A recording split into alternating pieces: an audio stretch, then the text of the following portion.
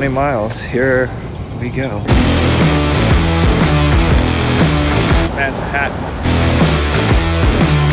We're in Long Island City, Queens. But this is the worst my legs have felt.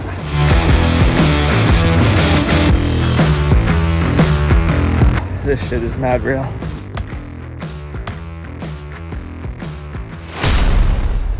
And welcome to the final boss of marathon prep. It is the night before my peak week long run. I have already logged 20 miles this week. I did 5 Tuesday, 10 on Wednesday, and another 5 on Thursday, and actually socialized and went to a run club because, my word, it is getting very lonely on the road. It sounds very weird to say this out loud. I'll be running 20 miles tomorrow. This will be the longest run of my prep. It will be the longest run of my life, at least until October 27th. And I'm equal parts nervous, excited, all of it. I have been told that if you get through this run on tired legs, the marathon and tapering on healthy legs and having the crowd and everything like that makes things a breeze. So the old adage in the fight game was train hard and fight easy, and that is what I'm hoping to do. So a few things tomorrow, 2 new things to be exact. Number 1, I have gotten so tired of the vest and needed some more storage, so I will be trying out the Walico Half Tight for the first time. Very excited about that. Super functional, room for gels, phone, keys, all that stuff. And speaking of gels and food and all that stuff, I've got a new stack here. You know, I'm an avid fan of the fruit snack, so I thought surely there has to be a better version of this than Jurassic Park and Pokemon and, well, debatable, but these have electrolytes, so these are bonk breakers. I'm going to use the tangerine orange and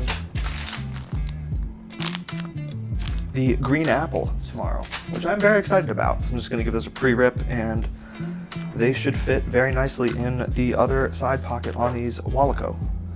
I have 3 goos for the run, 2 with caffeine and 2 without, and the single most important thing, the nip covers, because I do in fact chafe, and that is not fun for anybody. So I'm going to wake up, I will have my delightful chocolate protein overnight oats and a banana. I'm gonna wake up at like 5:15, 5:30 in the morning and be on the road by 7:45, which is what time the marathon starts. So I am trying to simulate tomorrow as close to a race day as I can. And we're gonna hit some new bridges on the route as well. So I will see you very early Saturday morning. Good night.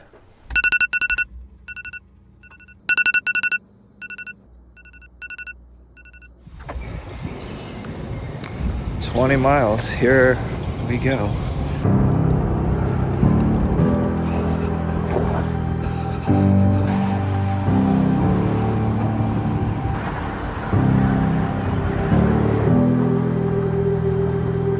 I have successfully traversed Manhattan, crossing the river. What a view, by the way, huh? Get onto the West Side Highway, up to Central Park, over to Queens, onward.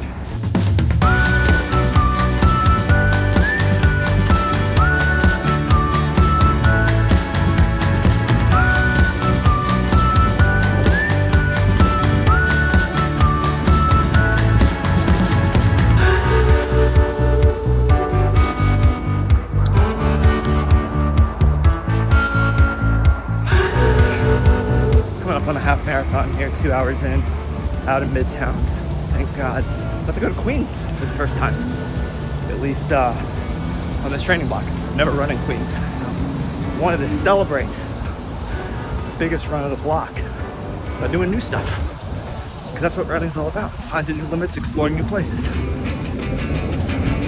or something. I don't know.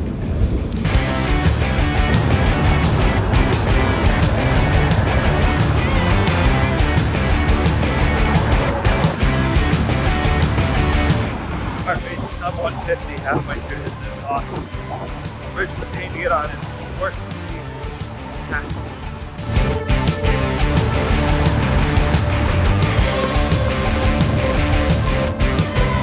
My legs feel amazing, but this is the worst my legs have felt. All programmed. I guess that's why they call it peak week. Jeez Louise. Yes, 5.5 miles left.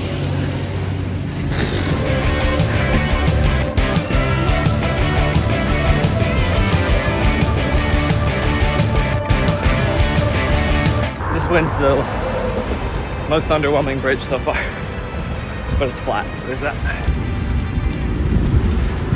All right, I take it all back. That's a sick view. Holy cow, this shit is mad real. 17 3/4 in. Almost there.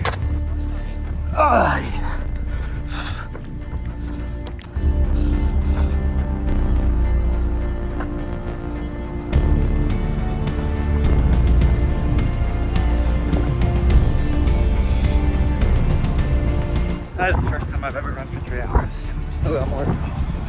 Holy shit. Worth mentioning as I come up on mile 19 for the first time in my life, I completely boofed my roof. I completely boofed my route in Manhattan and overshot my turn to Central Park. So I originally was gonna go Williamsburg Bridge to Manhattan, Manhattan Bridge back to Brooklyn, and then home stretch, but that's mile 19 and I'm still like 3 miles from home, so mistakes were made. But we move.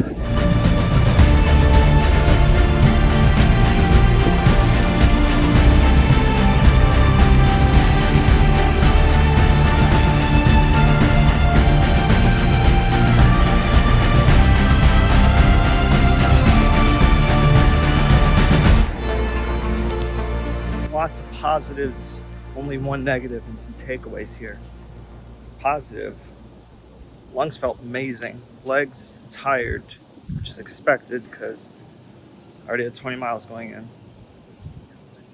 And that was peak week. It's supposed to hurt, you know. Taper, marathon. It's not easier, but you're more rested going in. Negatives. I'm 1.5 miles away from home, so there's that. I got bailed out by a few water stations, and I'm very excited to not have to hunt for that on the course. Also, the bonk breakers, whatever those gummies are, the electrolytes, amazing. And they felt great in my stomach. So this was the closest thing to a race simulation I'll do, and I feel good about that. My legs are very sore, but most of that run was zone 3, which was awesome. So taper down, and I'm blown away by the progress. I don't even feel like the same person I did when I started this block over summer. It's amazing. It is amazing what happens with little things every day. Really happy. Really, really happy.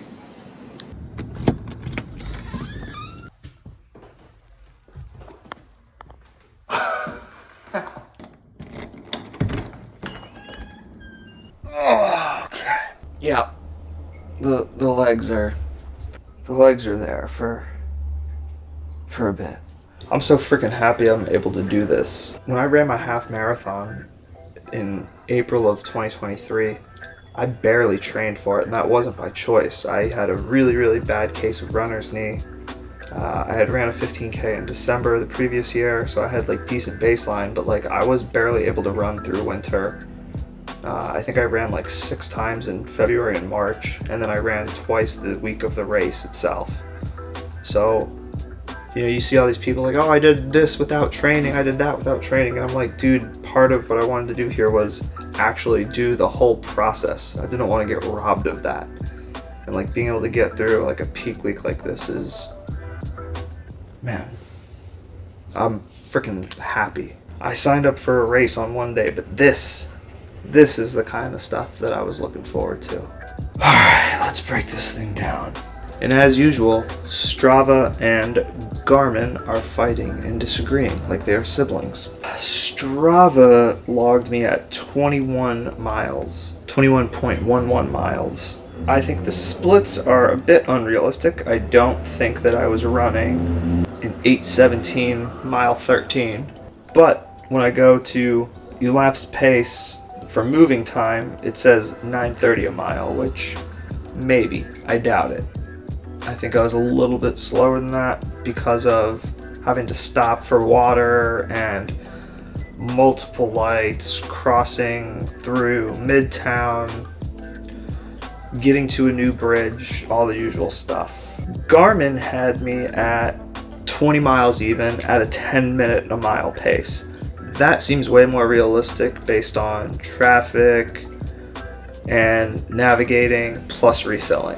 What I'm most excited about is average heart rate was 145. I definitely spent some time in zone 4. However, it was 16% of the run. So that is pretty awesome pacing. And man, I feel pretty confident if I get to the start line healthy, you know, not having to worry about getting my own water, not having to worry about routes or red lights, and just being able to focus on running, that, you know, that sub 4 goal just feels so realistic. 20 miles in the books. That is a Peter Jackson length film.